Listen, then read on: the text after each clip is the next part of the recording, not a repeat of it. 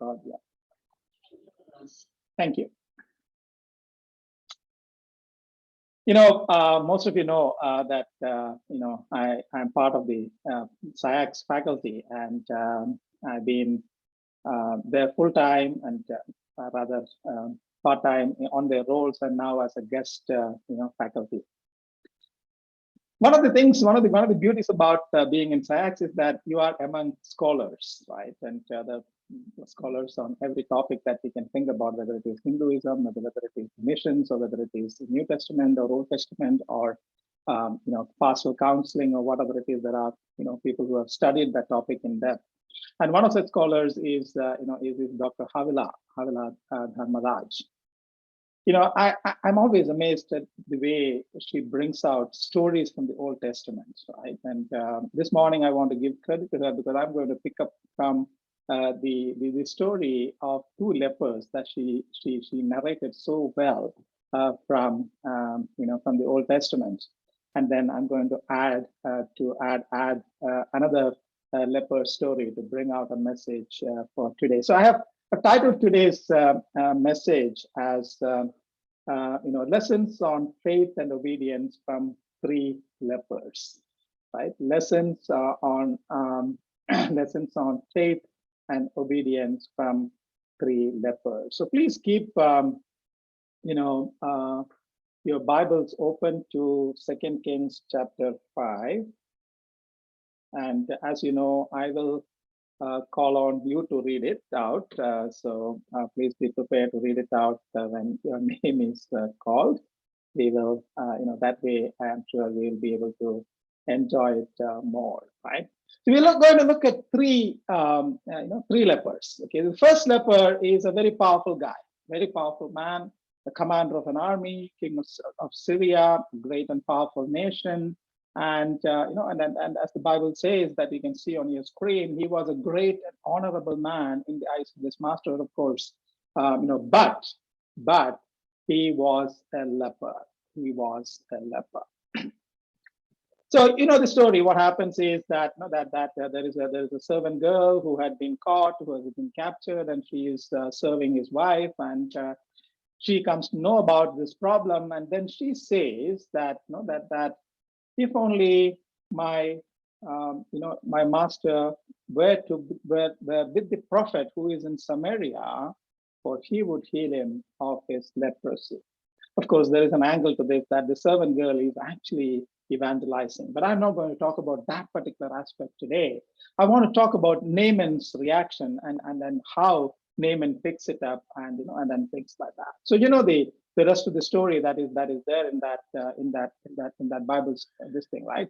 He takes the advice. He doesn't really worry that it is from a servant girl, and he decides to take the permission of the Syrian king. So he goes to the Syrian king and says that, hey, there is somebody who tells like this, that somebody in Israel can heal me. And the king automatically thinks about, the king of Syria automatically thinks about the diplomatic route of solutions, right? So he says, yeah, sure, go ahead, and I will even give you a recommendation letter, right? I will give you a recommendation letter so that it is dealt with from king to king, so that you're going in as a diplomatic representative. You're not just going there to seek healing, but you're going there as a diplomatic representative from me. So you have that official nature associated with that this thing. And then so what happens is this, as you can see in the story, he goes there, right? He goes there and then he presents the letter to the king, right? And it is it's interesting. It's interesting that the letter is addressed to the king of Israel from one king to another. And the king of Syria says to the king of Israel, now be advised when this letter comes to you that I have sent Naaman my servant to you, that you may heal him of his leprosy. Right? Now, if you go back, the servant girl never talked about the king. Right? The servant girl said, if only the master were with the prophet who is in Samaria, for he would heal him of his leprosy. Now, but the king says, okay, look, I can't send my man, my commander to a prophet, so I'm going to send him to a king, right? So he said he is playing taking the power route, right? So he's sending him, where there is power and all that. And he says to the king of Israel that I'm sending him to you, so you heal him of the leprosy. Of course, the assumption is that the king of Israel would know who would be able to heal and all that stuff. So fortunately, the king of Israel knows his limitations, and so he says, "Look, this is beyond me, right?" And of course, he also sees a conspiracy in thinking that that probably the king of Syria is picking up an argument so that he can start a fight or whatever it is. And he says, "Look, this is beyond me. I can't do this," and he tears his clothes and things like that. Unfortunately, when a servant girl in captivity in Syria knew that there is a prophet who could heal in Israel, the king of Israel didn't know that there is a prophet who could heal, right? And it was left to Elisha to volunteer to heal, heal Naaman, and of course, and that is what he does, what Elisha does. So Elisha asked the man, "Look, why did you, why have you torn your clothes? Please let him come to me. Please let him come to me, so that he shall know that there is a prophet in Israel. Why have you torn your clothes? Please let him come to me, and he shall know that there is a prophet in Israel." Right?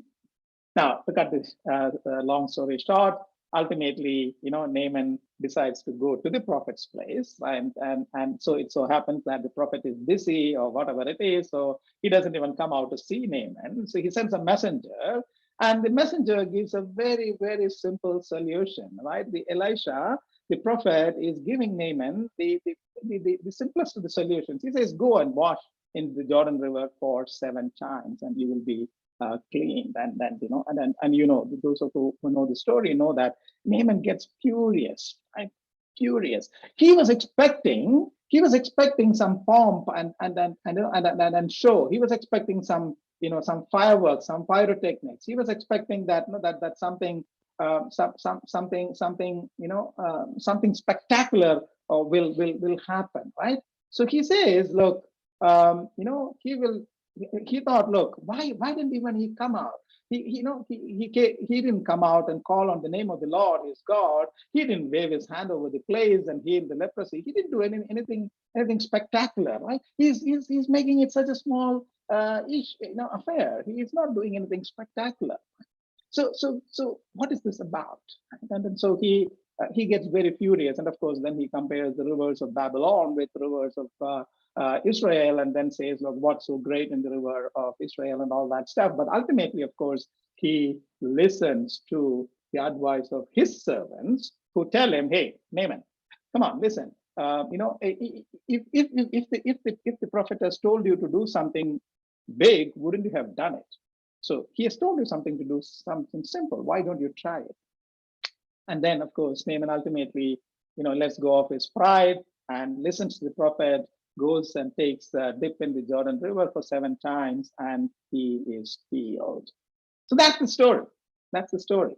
So what's our lessons? What's the lessons that we can draw from this story? What's the lesson that we can draw from this story? To me, I think the lessons are a number of them. Right. The first one is, of course, that that it is God is no respecter of earthly positions and designations, right?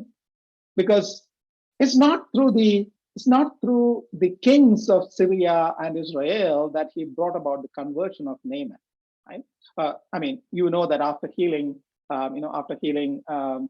Naaman becomes a worshipper of Yahweh, and he then offers a generous gift to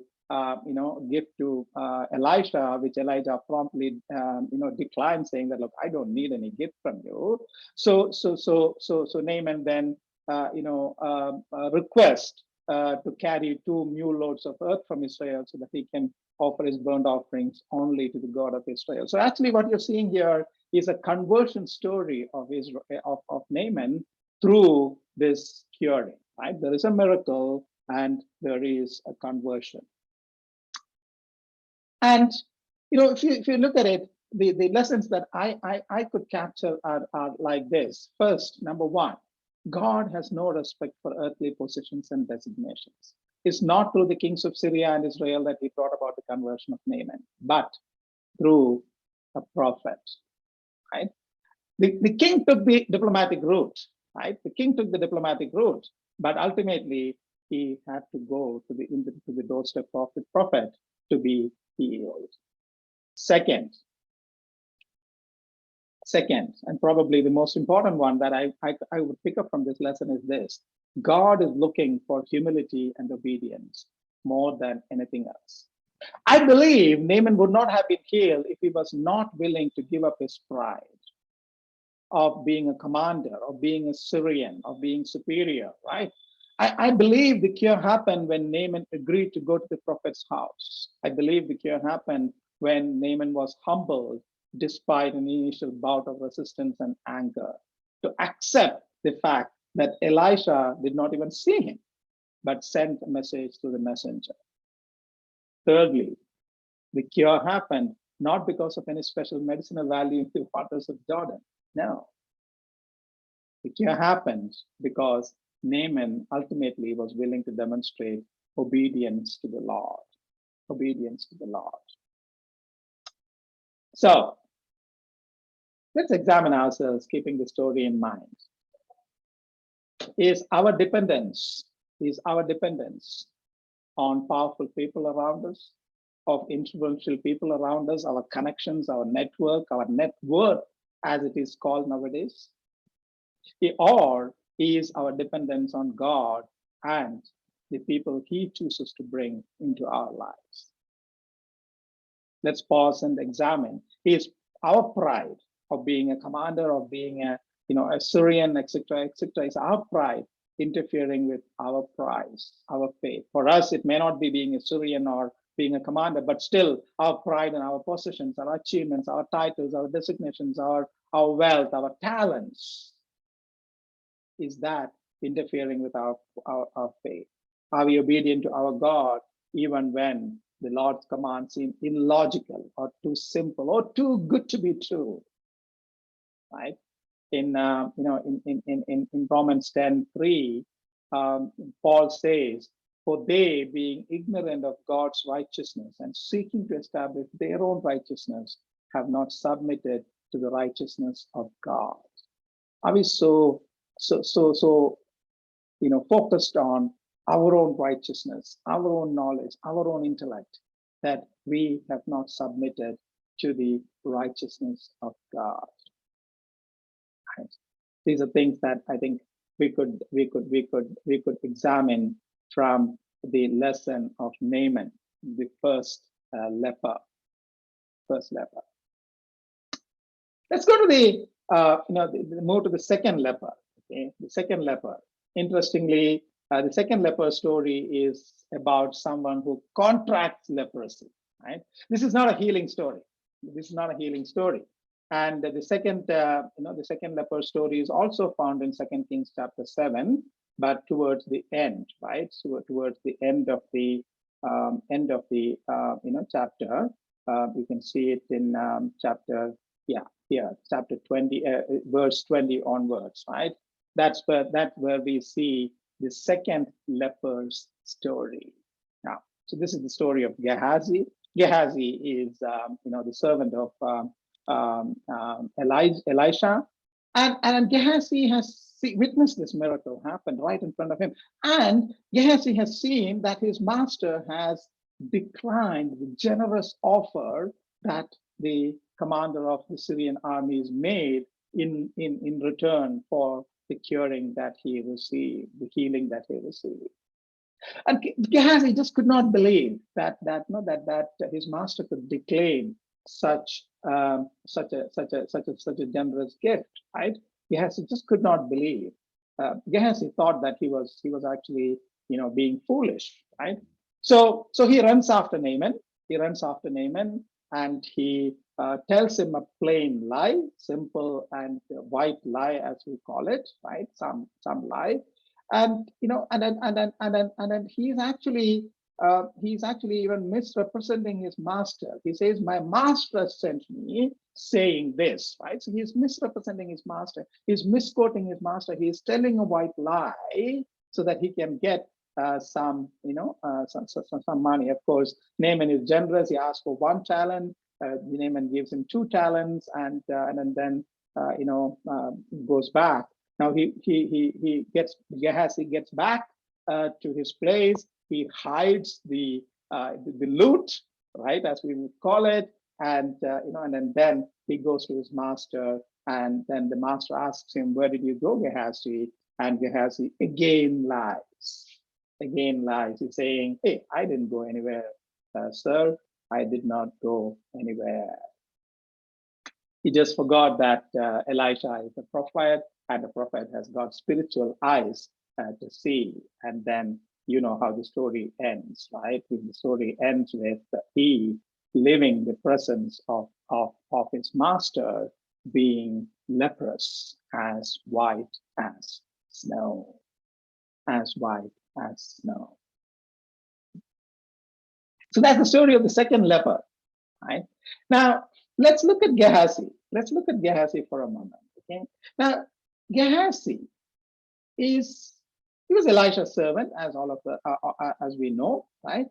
He was Elisha's servant. He was by his master's side and has had the opportunity to observe the master at close quarters, right? He has seen him pray. He has seen him do miracles. He has seen him, prophesy. He has, in the Lord's name, etc., etc., etc. Yet, when he saw that his master declined the amount of gold and silver and clothing that Naaman had brought and offered to him as a gift, he just couldn't believe it. He just couldn't believe it. He thought that his master was being foolish to decline such a generous gift. Now look at the first leper, Naaman. Naaman got cured because of his faith and got converted into a Yahweh worshiper. Gehazi, on the other hand, forsook his faith, and that too immediately after seeing a miracle, right? And we see this, on and off in the Bible. Even after the parting of the Red Sea, the people forsook their faith and go back to worshiping idols and stuff like that. So Gehazi forsook his faith immediately after seeing a great miracle and becomes greedy, and then of course ends up as being a leper, right? Gehazi is basically repeating the same mistake that Achan did in the book of Joshua, chapter 7, or the sin that will repeat in the New Testament through the couple Ananias and Sapphira, where they sell property and hide part of the money and offer only the other part for the church. Right, in Acts 5:1-11, this incident is given. Greed followed by attempts to cover it up. Greed followed by attempts to cover it up. So the question is, what lessons can we draw from Gehazi's sinful behavior? The second leper, Gehazi's sinful behavior. The first thing that hits me is that greed is a real thing. Immaterial of how much we have or how much we don't have, we are greedy. And even when we are at the end, at the receiving end of God's grace, we can easily be lured by greed unless we intentionally strengthen our faith. And the more important thing is, strengthening of our faith does not come because of our proximity to a faithful one or a saint or a prophet or a pastor or a church. Our strengthening of our faith does not come just because we are a member of our church. The strengthening of our faith does not come because we listen to testimonies of miracles, because we are interested in praying or listening to sermons, etc., etc. All that can fail to strengthen our faith if we do not have ultimate dependence on God and God alone for all provisions.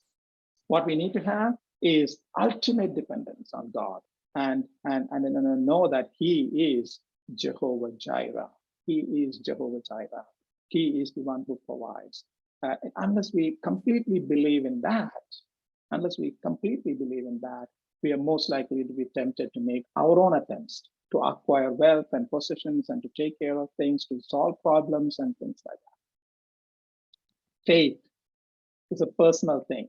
Faith is a personal thing. It doesn't come because we are born in a Christian family, we are born to faithful parents or parents who are very spiritual. We are close to someone who has faith. We have faith, spiritual mentors, siblings, pastors, preachers, etc., etc. Faith comes purely by personal commitment.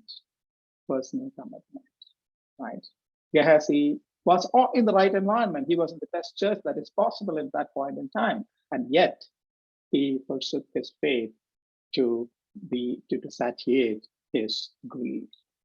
So faith doesn't come because of your environment.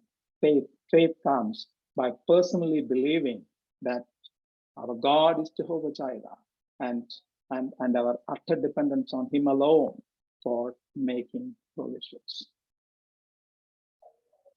In my servant leadership sessions, I regularly talk about a concept called fraud triangle, right? And the fraud triangle is very simply this. Fraud triangle is very simply this, and this is developed by a sociologist called Ronald Cressy. The fraud triangle says this. The fraud triangle says that all of us have got needs, right? All of us have got needs, right? Physical needs, financial needs, spiritual needs, sexual needs, whatever it is. We all have needs. And time and again, an opportunity to meet these needs using an unfair method, using an unethical method comes along. This could happen in ministry. This could happen in family. This could happen in our financial dealings, wherever it is, right? There is a need, and there is an opportunity that might come along to meet that need with unethical means and things like that. Now, the fraud triangle says that when there is a need and when there is an opportunity that comes along, if we know that we can rationalize the act afterwards, we will commit fraud. We will commit fraud, right? So there's a need, and if an opportunity comes for us to meet that need through unethical, unfair means, and if we know that I can rationalize it later on, we will commit fraud. That is what the fraud triangle is. You may probably wonder that, okay, look, we are in a church, we are Christians, we don't commit fraud. I know fraud is probably a very strong word, but it is true. It is true, right? And it might be in small ways that we commit that fraud. It may be in small ways. It may be as simple as jumping a red light because we have a need to reach somewhere fast, and the opportunity is that there is no policeman in the in the junction, and we are tempted to do that, and we rationalize it by saying that, look, I saved 5 minutes. There is somebody else. There are 30 people waiting there, so 30 into 50 is 150 minutes saved, and so I just jumped this thing. So I rationalize that act, right? It could come in our ministry activities, right? We could say that, look, I'm doing it. I need to do ministry, and to get ministry, and to do that, I needed to pay a small bribe to somebody to get a license or to get some facility or to get an approval or whatever it is, because it is in the Lord's name, and ultimately I'm going to do ministry because of that, right? Fraud could happen in small ways or in big ways, but fraud is a fraud. And the fraud triangle says that all of us will fall prey to the fraud triangle if we are not careful.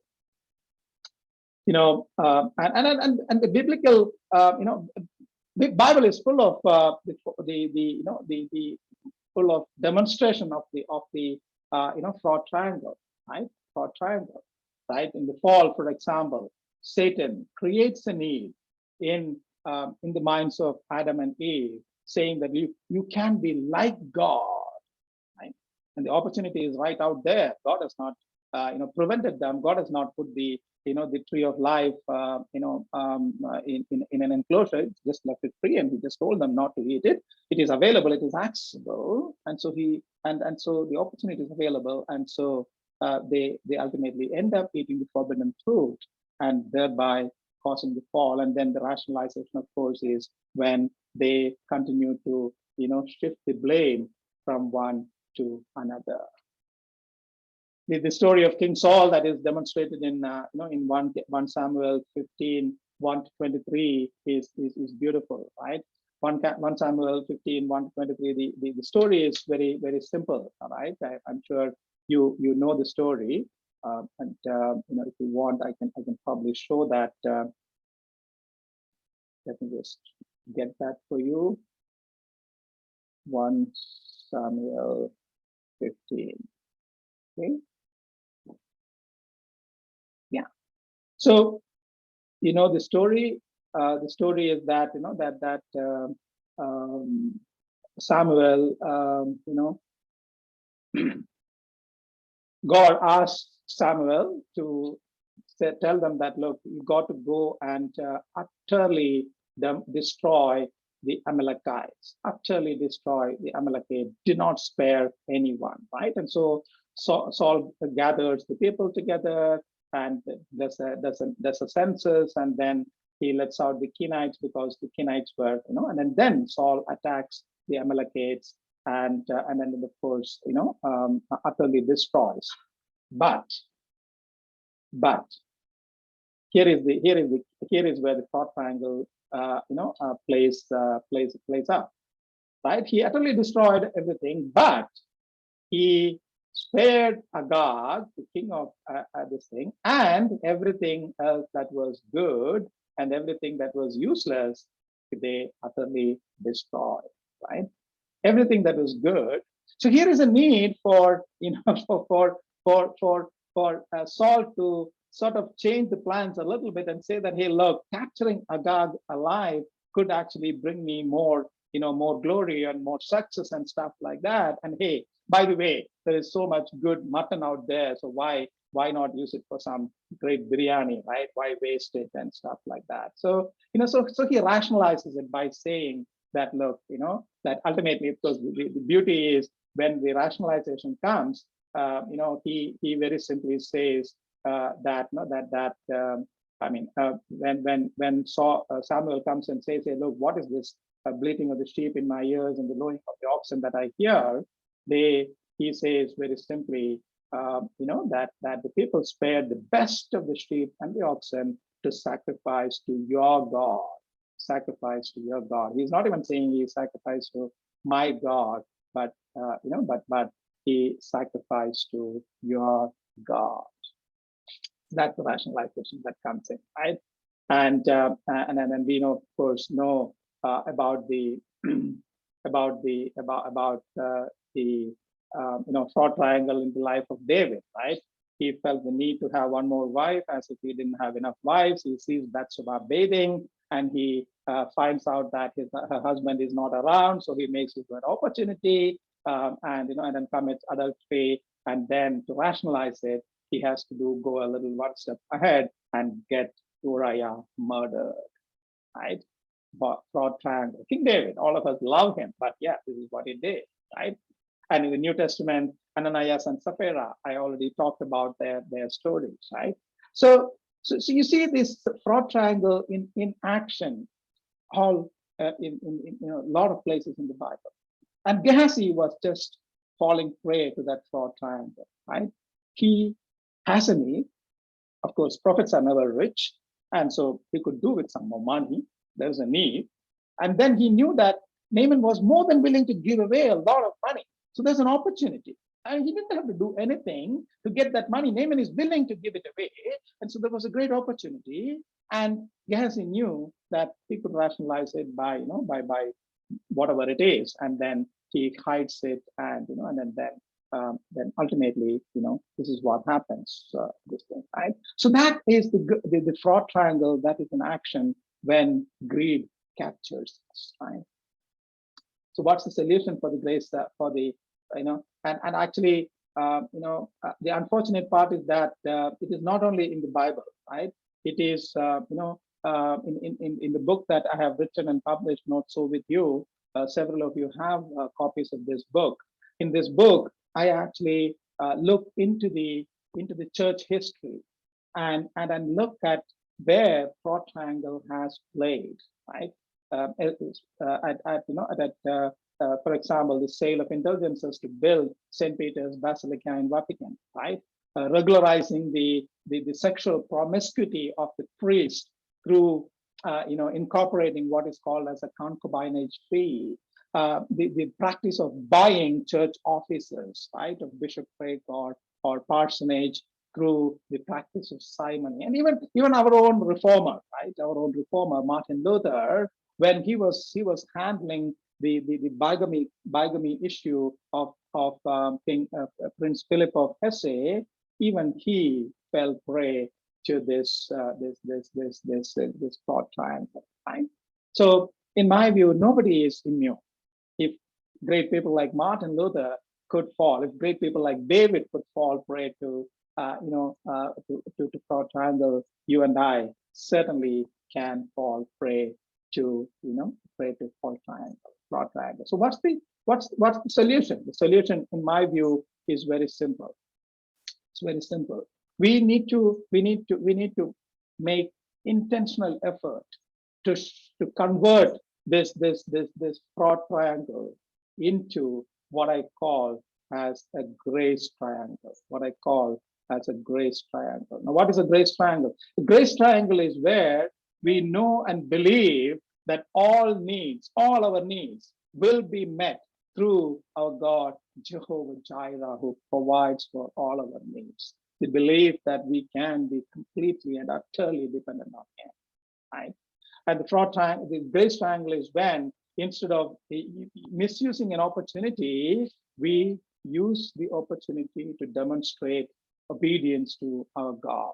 That is how we can use every opportunity that we have in our life, every opportunity that comes our way, good one, bad one, ugly one. It doesn't matter. It is an opportunity to demonstrate obedience to our God. And then, of course, instead of rationalizing, if we can focus on glorification of God, and that is when we convert, the fraud triangle into a grace triangle. Right? So that's what we can do to convert the fraud triangle, get out of that fraud triangle trap into and convert it into a grace triangle. Now you may ask, look, it all sounds good, but is it easy? Can we really do it? Do we have the ability to do it? Can we really, in this world, can we really be that high in integrity? Can we just make sure that we are so utterly dependent on God alone? Valid questions. And that's where the story of the third leper comes in. I already talked to you about the two lepers, Naaman and Gehazi. Now let us talk about the third leper. The third leper story is found in the New Testament, right? It is found in Mark 1, 40 to 45. So let me get that for you. Mark 1, 40 to 45. Mark 1, 40 to 45. Yeah? Mark 1, 40 to 45.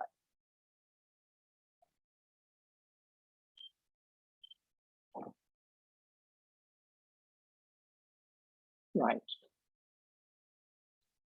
Pearl, if you're there, could I ask you to read this, please? Sure, uncle. From verse 40, right?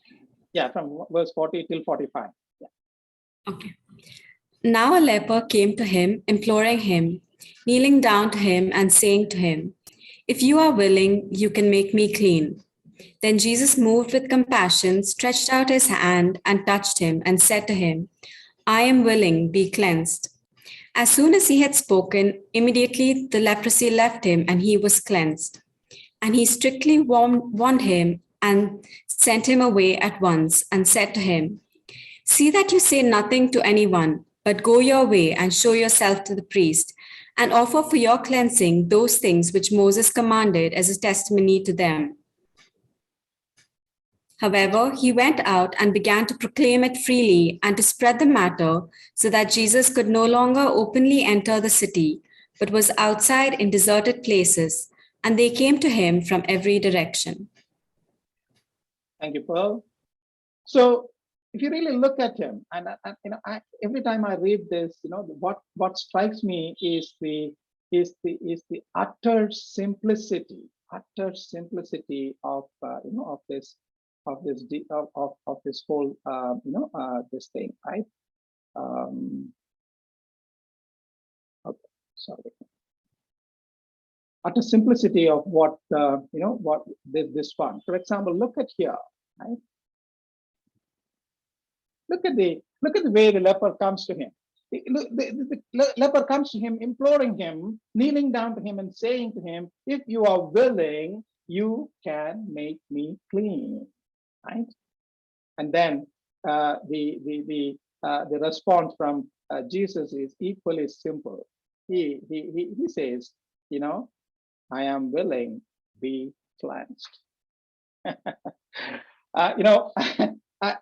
And of course, the result is equally impressive, right? As soon as he had spoken, immediately the leprosy left him and he was cleansed. I'm really amazed at this, this simplicity of this whole incident, right? What can we learn from this? The leper is not named, but what can we learn from this? The leper is utterly dependent on Jesus. He says, look, I know that you can heal me. I am confident. I have faith that you can heal me. If you're willing, you can heal me. Right? So the leper is coming to Jesus as he is. The leper is not saying that, hey, Lord, show me mercy, I have done a mistake, I have repented and all that. Nothing. There is nothing in it. He just says, look, I am a leper. And if you're willing, you can heal me. You can heal me. Right? The way we approach Christ, do we approach Christ in utter helplessness, knowing that he alone can heal us, he alone can save us? The second thing that we see here in this incident is Jesus's response, right? Jesus doesn't stop and say, hey, all right, let me investigate into this matter. Let me see if you deserve it. Let me see what the magnitude of the sin that you have committed. Let me see what caused this, right? Let me see how many others deserve it better. No. Jesus doesn't stop and then get into an analytical mode or a judgmental mode. Jesus very simply says, I am willing, be healed. I am willing, be healed. Right? And immediately the leprosy leaves him, right? So we have a law. So whenever we come to the question, okay, can we do this really? We spoke about the fraud triangle and converting it into the grace triangle. We talked about how not to be like Ghazi, or instead be like Naaman, who can demonstrate the obedience and faith. We are now looking at a third leper who did exactly that.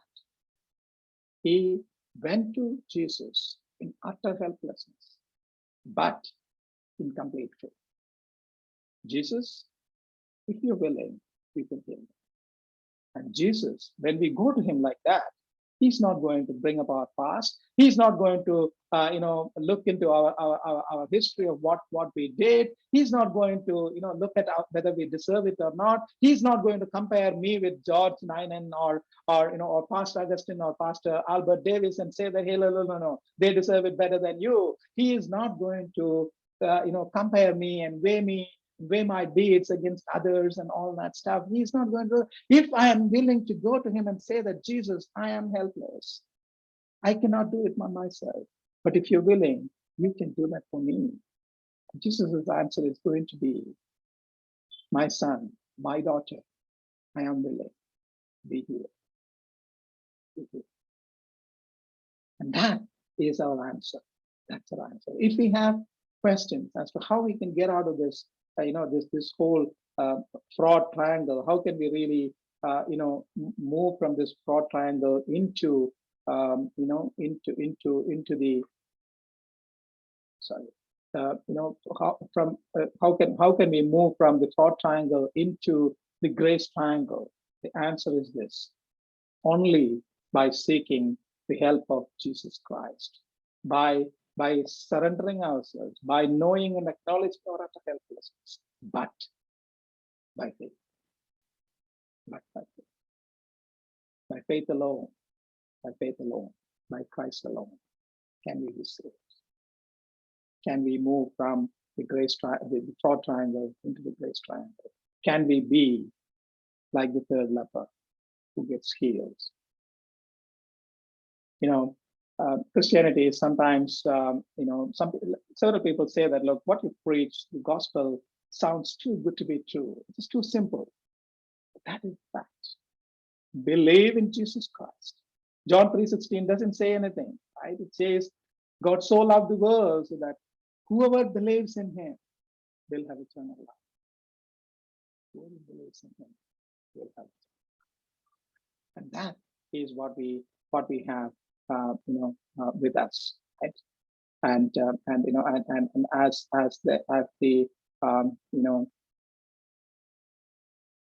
as the saying goes, where do we go? So we have to go only to one place, and that place is,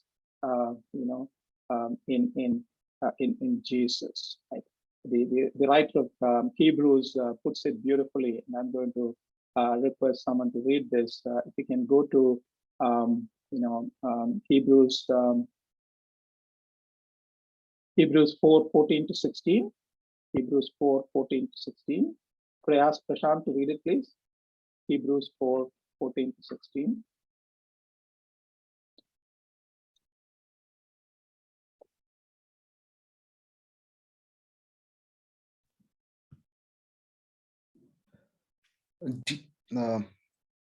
Since then, we have a great high priest who has passed through the heavens, Jesus, the Son of God. Let us hold fast our confession. For we do not have a high priest who is unable to sympathize with our weakness, but one who, in every respect, has been tempted as we are, yet without sin. Let us then with confidence draw near to the throne of grace, that we may receive mercy and find grace to help in time of need. Thank you, Prashant. The Message Bible puts it like this: now that we know that we have what we have, Jesus, this great high priest with ready access to God, let us not let it slip through our fingers. We don't have a priest who is out of touch with our reality. He's been through weakness and testing, experienced all but sin. So let's just walk right up to him and get what he is ready to give. Take the mercy, accept the help. This morning, as we go through and then go back and think about those three lepers, let's know that we have Jesus Christ, who have gone through all that we have done, and who is willing to help us. If only we are willing to go to him in faith, in utter helplessness, and say that, look, God, I want your help. Look, Jesus, I need you this morning. Over to Niven and Debbie, if you have a closing song.